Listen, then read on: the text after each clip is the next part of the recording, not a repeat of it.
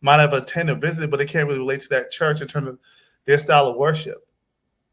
So I that's agree. what I'm confused. I'm so confused by this statement, Dunamis, and I mean no harm. I okay, mean what's the no harm. confusion? The confusion is regardless of the fact if they're a new church or they're a brand new church or they're an old church, they don't understand the community. Ministry is outside of the building. We make ministry inside the building. Ministry goes outside of the building, going into those communities. This is why IUIC has such a footing on the church, because they're willing to go places that churches are not willing to go to. And y'all got to be honest with that. But stop 1 second. Y'all got to be honest with that. While we're in the church, and understand, Dunamis, I grew up in the church. I was raised in the church, and I actually came from a church that interacted with the community. Can y'all hear me?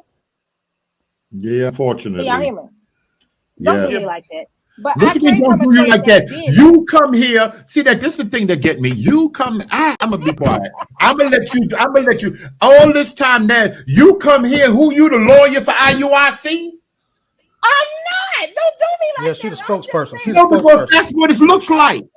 So, but don't do me like that. Sister E, who does IUIC target? Do they target everyone or just a specific group? They target a specific group and a specific. I'm not knocking that, but what I'm saying is, but Sister E, you're saying I'm confused, and I'm saying that the church has similar tactics, but then the same thing you're saying the heretics. I don't understand what's. Whose side are you on? I'm condoning a church action. I'm just saying what happens to I'm speaking facts. I'm speaking facts. Regardless of what you're saying, Dunamis, it still doesn't make sense, because regardless of whoever IUIC targets, they're going to the same communities that these black churches are in. Again, I'm not knocking the black church. I grew up in the black church. But again, IUIC is going places that the black churches is not going. They're going to the projects. They're going into the hood, and they're snatching these young brothers up and saying, come and be a part.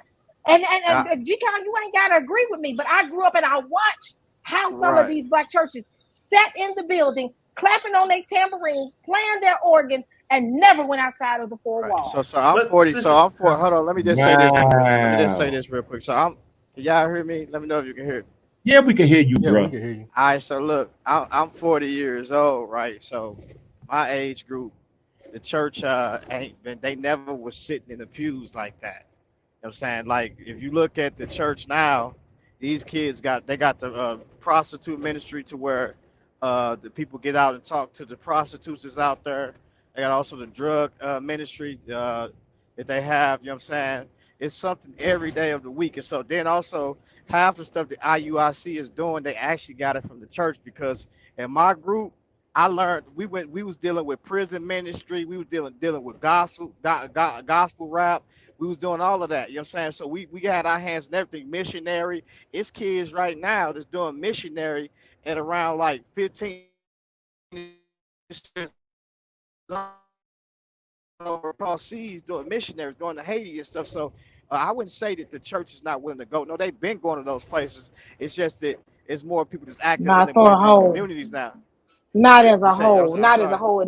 Not as a whole, G-Con. Hold on, let me just finish real quick. Let me just finish. Okay. No, it is as a whole, because what I that's not. Sister E, hold on a minute. You let somebody talk. Right. Go ahead, G-Con. You in the truck? You stay breaking up.